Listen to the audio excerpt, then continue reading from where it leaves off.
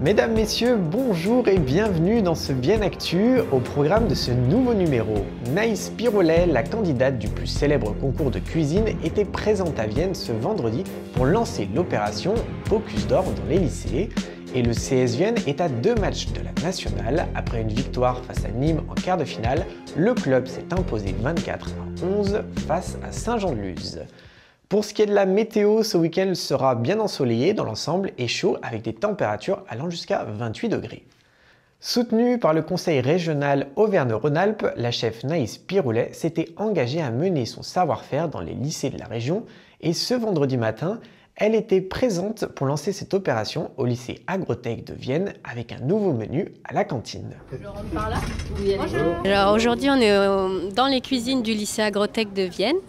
On a fait un petit challenge avec la région. Donc en fait, il y avait un deal. Le deal, c'était OK Naïs, on t'accompagne pendant le Bocuse d'Or, mais après, on fait un événement ensemble dans les cantines de nos lycées. Et du coup, avec les chefs, on s'est mis d'accord sur une recette. Moi, j'ai proposé une idée, ils l'ont adaptée à leurs contraintes. Et on a travaillé comme ça et aujourd'hui, les élèves vont goûter. Le Bocuse d'Or, c'est une compétition de cuisine, c'est un équivalent du championnat du monde de cuisine, où chaque pays est représenté par une équipe composée d'un candidat, un commis et un coach. Et donc moi, j'ai été la candidate France au Bocuse d'Or 2023. On a fini 5e au classement international et on a reçu le prix du meilleur menu enfant. Et du coup, on a une belle recette qui rejoint les deux. Ce que j'aime bien, c'est que déjà, ça me fait rencontrer des personnes et des chefs que je ne rencontre pas autrement parce que je suis jamais en cuisine collective et je ne connais pas forcément ce milieu, mais c'est un milieu qui a de quoi être fier parce qu'il y a beaucoup de contraintes et de savoir-faire vraiment qui leur sont particulières.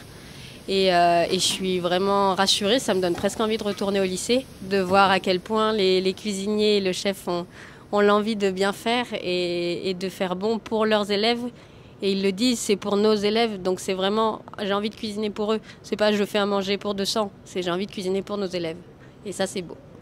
Ce dimanche 21 mai, le CS Vienne Rugby a affronté Saint-Jean-de-Luz en demi-finale aller du championnat de France de National 2.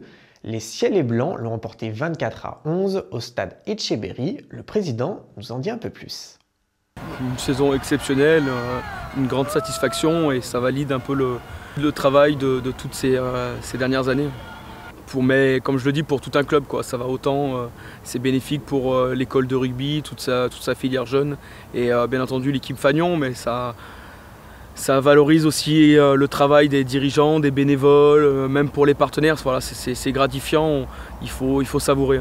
Là, tout le monde dit qu'on a fait une grande partie du chemin en gagnant à domicile, mais voilà, ces matchs de phase finale sont aller-retour, donc voilà, c'est 2 fois 80 minutes. On a passé une première étape. Faut pas s'emballer pour autant. Ce qui va être important, c'est le match retour. En tout cas, les gars seront prêts pour faire le maximum et pour essayer de passer à nouveau ce tour. Mais voilà, en face de nous, on a une très belle équipe de Saint-Jean-de-Luz. Donc quoi qu'il arrive, ça sera une saison exceptionnelle et on espère encore plus pousser le plaisir jusqu'à la semaine prochaine. En tout cas, depuis le 1er juillet, la saison dernière, on vit des moments forts et c'est bien ça le plus important. La pression, il y en a forcément, mais c'est plutôt, on est plutôt en train de régénérer les corps. C'est du bonus vraiment. Donc voilà, on essaye de prendre ce temps qui nous est bénéfique pour récupérer. Il n'y a pas énormément de temps entre les matchs. Hein. Chaque week-end, on enchaîne. Hein.